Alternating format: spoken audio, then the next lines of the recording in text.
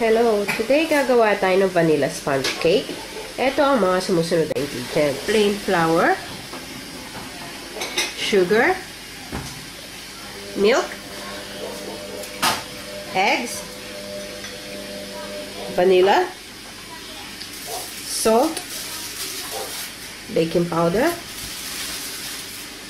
and margarine. So, ang ating first step, isisip lang natin yung ating dry ingredients.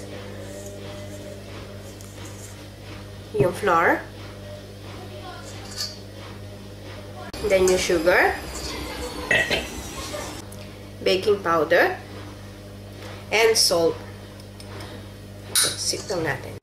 Then, haluin lang natin maigi hanggang ma-incorporate lahat ng ating dry ingredients. This is a very straightforward cake. So, sama-samahin na natin the rest of the ingredients. Yung milk, yung egg, yung ating butter o margarine, at yung ating vanilla. So, sama-sama na sila. Natin to lahat sabay-sabay na until maging light and fluffy.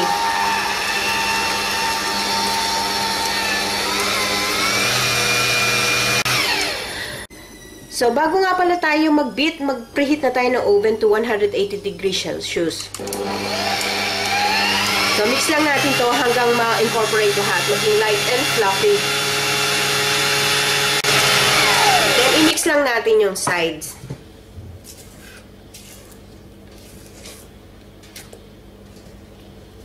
Hanggang yung ilalim.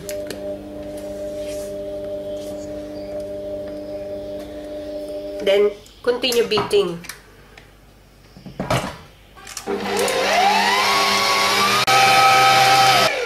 So, this one is ready. Smooth na siya and fluffy.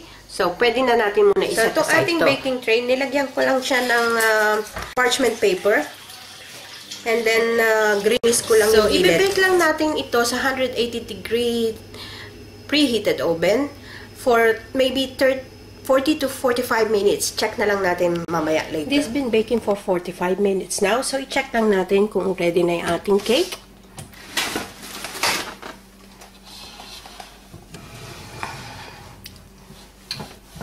So, kuha lang tayo ng stick. Tusukin lang natin sa middle. So, when the sticks come out clean,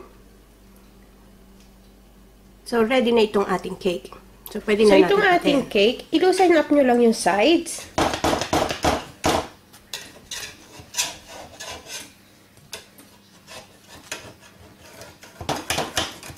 Bago natin iikot. So, tinaog ko lang siya dito sa ating wire rack.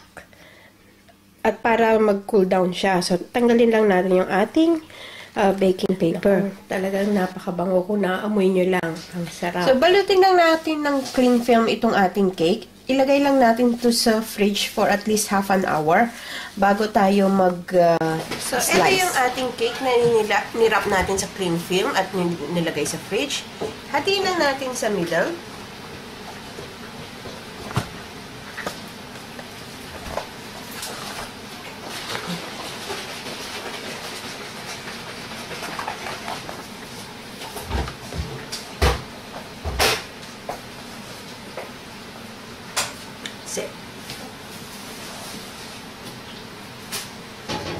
So, tanggalin lang natin itong other half. Ilagay lang muna natin sa side. Itong ating cake holder, lagyan ko lang ng konting icing para hindi dudulas yung ating cake. Mag-i-stick. So, ito yung ating cake.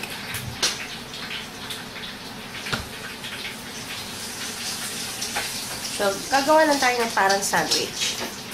Papalamanan lang natin itong ating cake. So, nasa sa inyo yan kung gaano kapal nyo gustong gawin. Chocolate buttercream ang nilagay ko, ang ginawa ko. Dito sa buttercream, kahit anong pwede nyo gawin. Kahit anong flavor. Pwedeng vanilla, pwedeng chocolate, pwedeng lemon. So, ito na, covered na yung ating other half. So, ipatong na din natin yung iba pa, yung other half. So, parang sandwich lang siya talaga. And then, lagyan lang natin ng icing.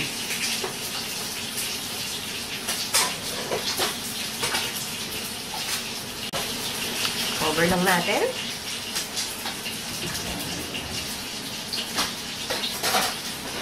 So, well, covered ko na to, pati yung side. So, using a small spatula, mag-ikot-ikot lang. Swirl nyo lang. Swirl nyo lang. Walang particular order kung paano. Any way you wanted to swirl it. See? See? And also dun sa side, i-zoom ko lang para makita nyo. Yeah. Yung pag-swirl. See? So, yan yung top ng ating cake. Gawin din natin ito sa side ng cake. Ganun lang din. Ikot. Ikot. Ikot. Ikot. So, continue lang. Hanggang magawa nyo lang. May natira pa akong buttercream. Itong ating piping bag. I-turn over nyo lang. Yan o. Parang like a cone. Then, hawakan nyo lang dito. Pasok nyo lang kamay nyo sa ilalim. And then, gagamit ako ng malaking rose tip. So, ilagay lang natin yung buttercream sa loob. Then, put it down.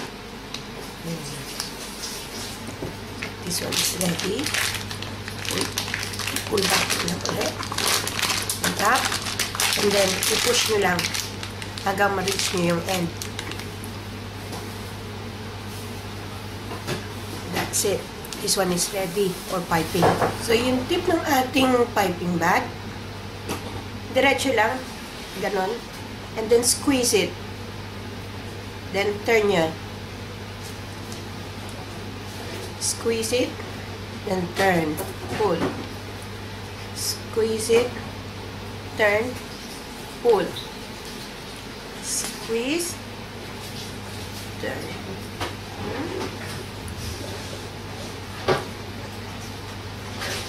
Ikot ang kamay, hila, hila. So, tuloy nyo lang to hanggang magawa nyo yung sides ng cake. So, eto na ang ating vanilla cake with chocolate buttercream for frosting. So, ayan. Dadaling ko to mamaya sa kids practice. So, ready to tuck in na. Sana i-try nyo itong recipe na ito and share it with your friends. Hanggang sa susunod kong video, magkita-kita ulit tayo. Salamat! Bye!